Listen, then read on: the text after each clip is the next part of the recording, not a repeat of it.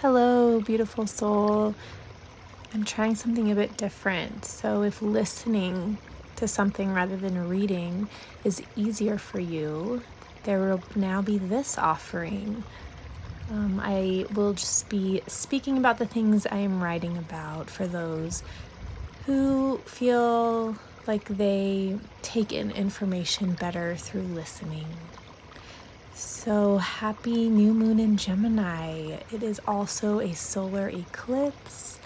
It is the ending of this eclipse portal. We had a lunar eclipse at the end of May, and now we have a solar eclipse at this new moon.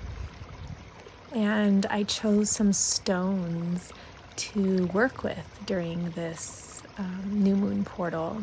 And that is tourmaline for grounding and emotional stability, and sunstone for optimism and cultivating joy.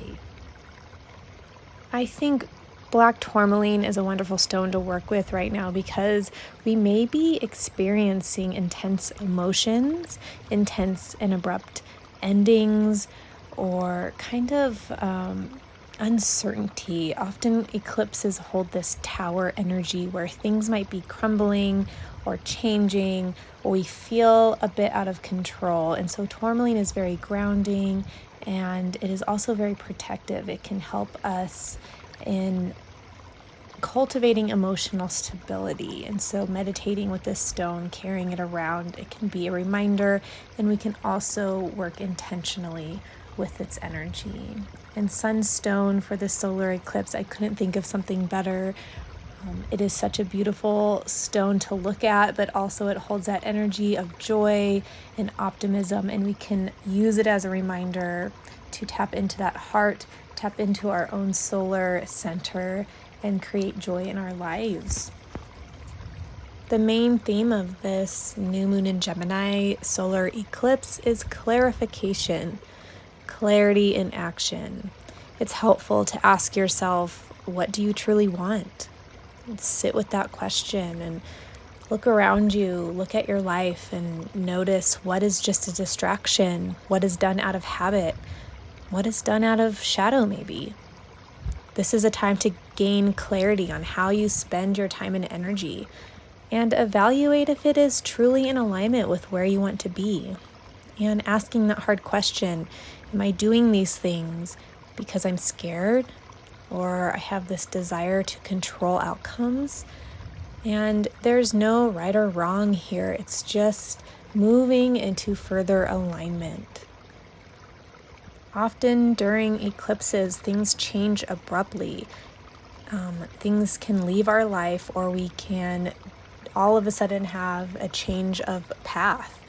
And really, it's to help us get into alignment and notice the things that we are doing that maybe we thought we wanted to do, but really were rooted in fear.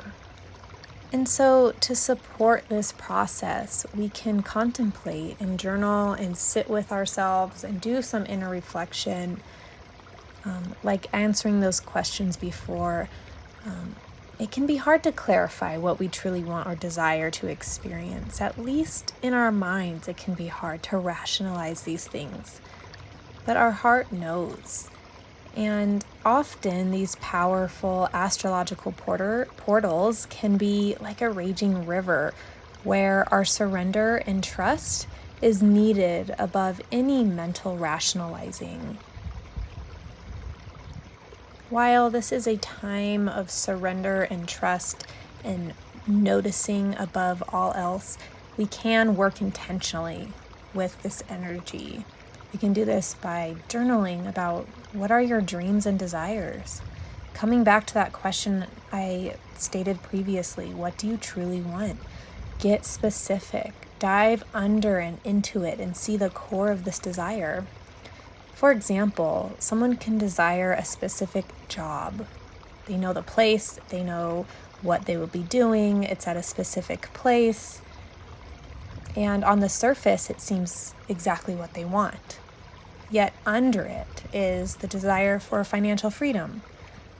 And under this is even a further desire to be in alignment with the present moment and living your soul's calling and living fully at ease.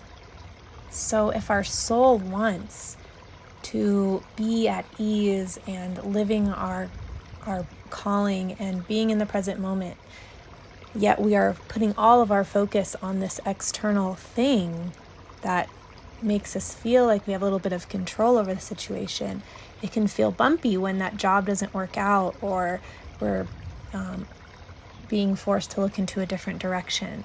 So looking underneath the desire, getting to the roots of what we truly want, can help us really clarify the actions we take and what we focus on. So while we are doing this interpersonal work of looking into the things that we desire, looking at where we're placing our time and energy and focus, it's also really important that we work with the energy of surrender. We can do this through breath work, meditation, and spending time in nature. This can allow us time and space to let go. And here we can allow what's leaving our lives to leave and support being centered, so we can allow the space for those things that are flowing into our life to do so with ease. As I was sitting and just tuning into the energy of the message that was coming through for this new moon, I was showed a train station, and this eclipse being a train station. And it was showing me detours, these unexpected changes in direction, changes of course. It was showing me the train arriving, and this is symbolizing endings, where a journey has come to completion. And it also showed a train taking off and departing on new journeys. And so whether you're experiencing one of these or all three, the greatest doing you can do right now is cultivating your resonance. Your resonance is your thoughts, your feelings, and your beliefs. Take it easy and rest as much as possible so you can notice the subtleties. Allow the current to flow and be in this present moment.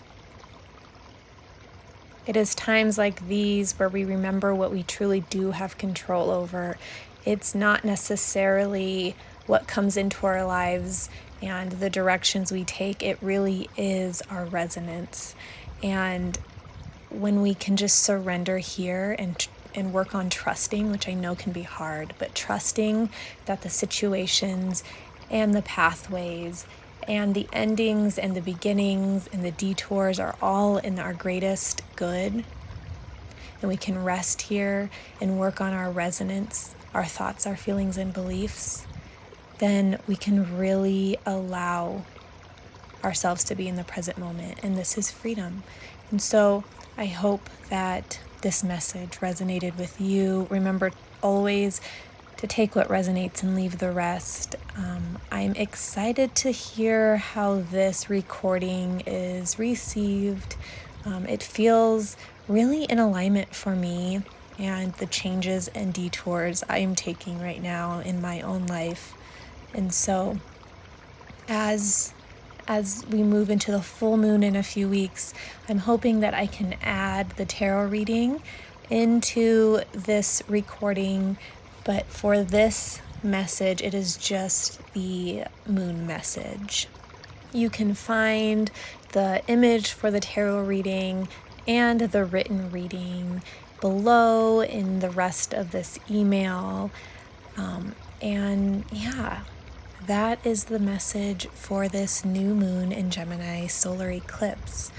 I hope that you are doing well wherever you are listening to this on Earth. And I send you love, many blessings. Until next time, bye.